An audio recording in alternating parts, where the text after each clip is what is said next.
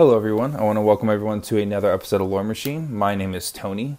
So today on this Warmachine episode, we're still talking about convergence. This is the week of convergence because we have a new CID coming out. And I actually want to talk about what the soul vessel is. The soul vessel is an extremely important part of the convergence of Cirrus. And for the convergence, actually what they use to keep their souls and allows them to transfer their bodies from different clockwork vessels. So just because you are going into one body does not necessarily mean that is actually your body the entire time in the convergence. Quite frequently, you will move from different bodies, from the reciprocators that are the medium base shield wall units. You can move to an eradicator if they feel that you have lost your sense of individualism. Even warcasters will transfer bodies from time to time as they get upgrades. So the soul vessel came from the understanding of the cipher engine. So as the convergence grew, what they did was they created these machines that could take formula and solve and would yield extremely long number sequences. They're relatively simple at first, but as they started to develop these more and more because they were obsessed with equations and figuring things out, they actually ended up creating the largest one in the foundry of enumeration. So one thing that they noticed, though, that errors started to arise in the output among very long series of numbers. There would be these weird errors. Throughout the time, they tried multiple times to fix it, but the error kept coming back.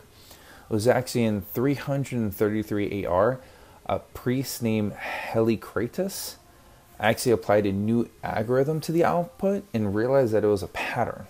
Soon he realized that these were not mistakes, but part of a long message that had been encrypted. From there, they grabbed top priests, and by 334 AR, they realized it was actually messages from Cirrus herself.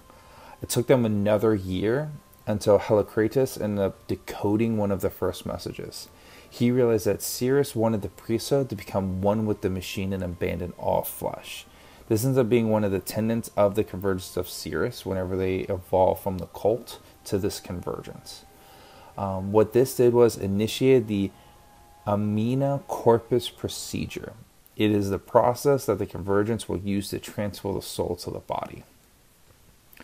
From 335 AR, over the next 30 years, the convergence would work on the Amina Corpus procedure, including individuals such as Forge Master Lucidia, which would eventually become Morton Nebra. And even in 356 AR, an individual named Gil Lucant would join to help bring the project to new heights, which, if you guys playing at home, Gil Lucant is actually Father Lucant, one of the caches that we have available. So the way they were able to successfully finish the project was because of Lucidia had actually captured a Lich Lord and interrogated him by pulling his soul cage out, looking at the inner workings of it. Unfortunately, Helicratus found out what she had done and cast her out of the cult of Cirrus due to the work.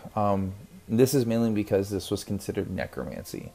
The Cricks were an abomination. They were very different to what they felt that what Cirrus wanted. So because of that, Helicratus ended up casting her out. He decided not to kill her, but he completely removed her from cult headquarters. Now, Ludicia ended up having spies still within the compound, and she was able to give all of her notes to Gil Lucant. And Lucant had spent months and months going over it and looking at what was going on. And what he felt was he was able to purify it and remove all of the blasphemy and the taint from the research. And the reason why he did this was because as they were going through their trials, individuals would only last for an hour, maybe 2 hours, and then all of a sudden their soul would be ripped out of the soul vessel. We'll talk more about that transfer process in the next episode, but just leave you with the once Lucant was able to successfully help create the soul vessel and the soul transfer process, the first individual to successfully be put into a clockwork body was actually Helicratus. and that was shortly after 360 AR. So that's it for this episode. I hope you guys enjoy it. Please let me know in the comments what your thoughts are. And tomorrow we will actually be talking about the soul transfer process. So I want to thank you guys very much and have a good day.